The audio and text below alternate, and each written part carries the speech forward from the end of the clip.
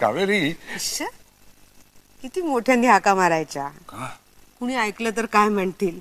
काय म्हणतील? म्हणतील की म्हाताऱ्याला बायकोचं नाव अजून आठवतंय म्हणतील. कावेरी, गेली 50-60 वर्ष मी तुला एक गोष्ट सांगायची विसरूनच गेलो होतो बरं का. पण आज सांगणार आहे ती.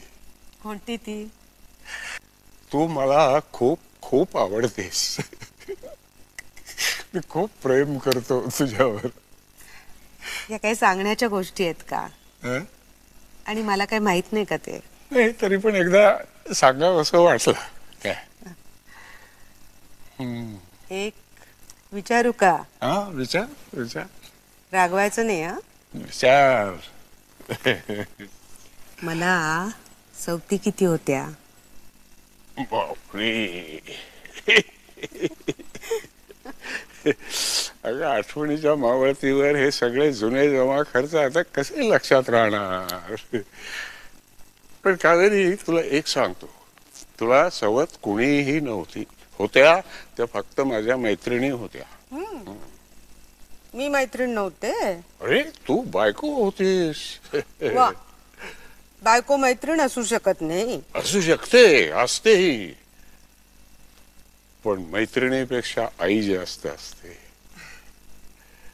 दिवाणखाना कमी असते पण देऊळ जास्त असते. थोडक्यात बायको म्हणजे एक बंदर असतं नवरा नावाच्या गलबतासाठी. फार दुर्घट विषय दिसतोय हा. हे गलबत शिडा उभारून 7 समुद्रात मुसाफरी करायला बाहेर पडतं. या दर्यात शिरावं, दूरवरचे किनारे पाहावे, वादळ वाऱ्याशी मुकाबला करावा, संतप्त लाटांची मस्ती अंगावर घ्यावी. जगणं असं असावं की पावला पावलावर मरणाची मुलाखत व्हावी. पण हे सारे उद्रेक अंगावर घेताना गलबत सतत पाहत असतं ते आपल्या बंदराकडे. पराभवाच्या जखमा आणि विजयाचे उत्सव दोन्ही घेऊन ते परत येतं ते आपल्या बंदरामध्ये. आणि तिथं प्रशांत पाण्याच्या गालीच्यावर विश्रांत होतं. गलबताच्या पराभवाच्या जखमाही बंदरात, त्याच्या पराक्रमाचा उदयही बंदरात, विजयाचे उत्सवही बंदरात, आणखी पराभवाचं सांत्वनही त्याला बंदरातच मिळतं. तर अशी आहे ही बंदराची महती, म्हणजे बायकोची, म्हणजे तुझी. नाही, महती चांगली आहे, पण खरं सांगा, अजून मेनका त्यांची आठवण येते? अगं, अनेक जखमातली तीही एक जखमच. आणि ती घेऊन शेवटी माझ्या बंदरातच परत आलो मी. तिथेच तिचं सांत्वन मिळालं मला.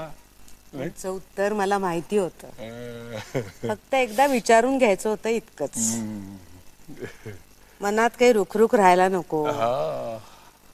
सगळी गाठोडी मागे ठेवून मोकळ्या मनानं पालखीत बसता आलं पाहिजे. माझ्या आधी सोनं होईल माझं. आणि माझं काय होईल? बंदरच नाहीसं झालं तर गलबतानं जायचं कुठे? अहो, जाऊ दे,